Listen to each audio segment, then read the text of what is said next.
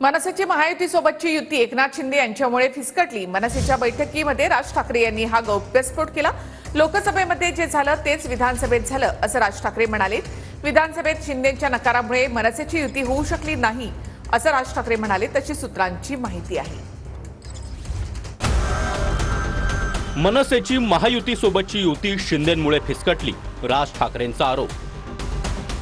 भाजप विधानसभेमध्ये मनसेसोबत युती करण्यासाठी तयार होता, मात्र शिंदेंचा नकार होता।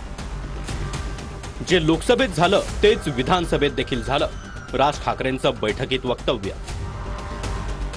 आगामी महापालिका निवडणुकीत भाजपसोबत युती करण्यासाठी मनसे समिती स्थापन करणार। भाजप नेत्यांसोबत समिती युती संदर्भात बोलणी करणार। आगामी पालिका निवडणुकीत मनसे भाजपसोबत युतीसाठी हात पुढे करणार। मनसेच्या पहिल्या फळीतील नेत्यांची टीम राजकीय स्थितीचा आढावा घेणार। हिंदुत्वाचा मुद्दा, राष्ट्रीय स्तरावरील नेतृत्व या बाबी लक्षात घेता मनसे भाजपसोबत जाणार।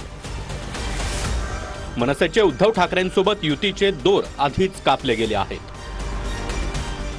मुंबईत राज ठाकरेंच्या उपस्थितीमध्ये विभाग अध्यक्षांची महत्त्वाची बैठक पार पडली। संघटना बळकट करण्याचे आदेश राज ठाकरेंनी दिले।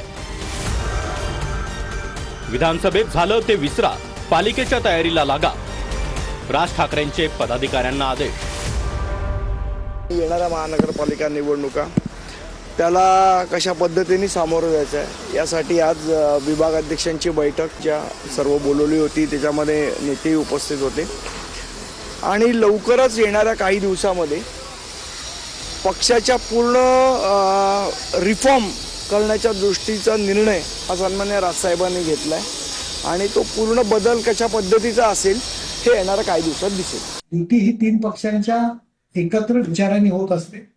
आता त्यावेळी युती का घडली नाही, का झाली नाही ती नेत्यांना माहिती, पण त्या करता एकनाथ शिंदे साहेबांना दोष देणं चुकीचं आहे। राजकारणात जर तरला काय अर्थ नसतो, जेव्हा होईल तेव्हा आमचं नेतृत्व आणि राज ठाकरे साहेबांची चर्चा होऊ शकते। ही गोष्ट झालेली आहे, त्याच्यावर काथ्याकूट करण्यापेक्षा भविष्याचा वेध घेऊन दिशा ओळखून आपल्याला काम करायला पाहिजे।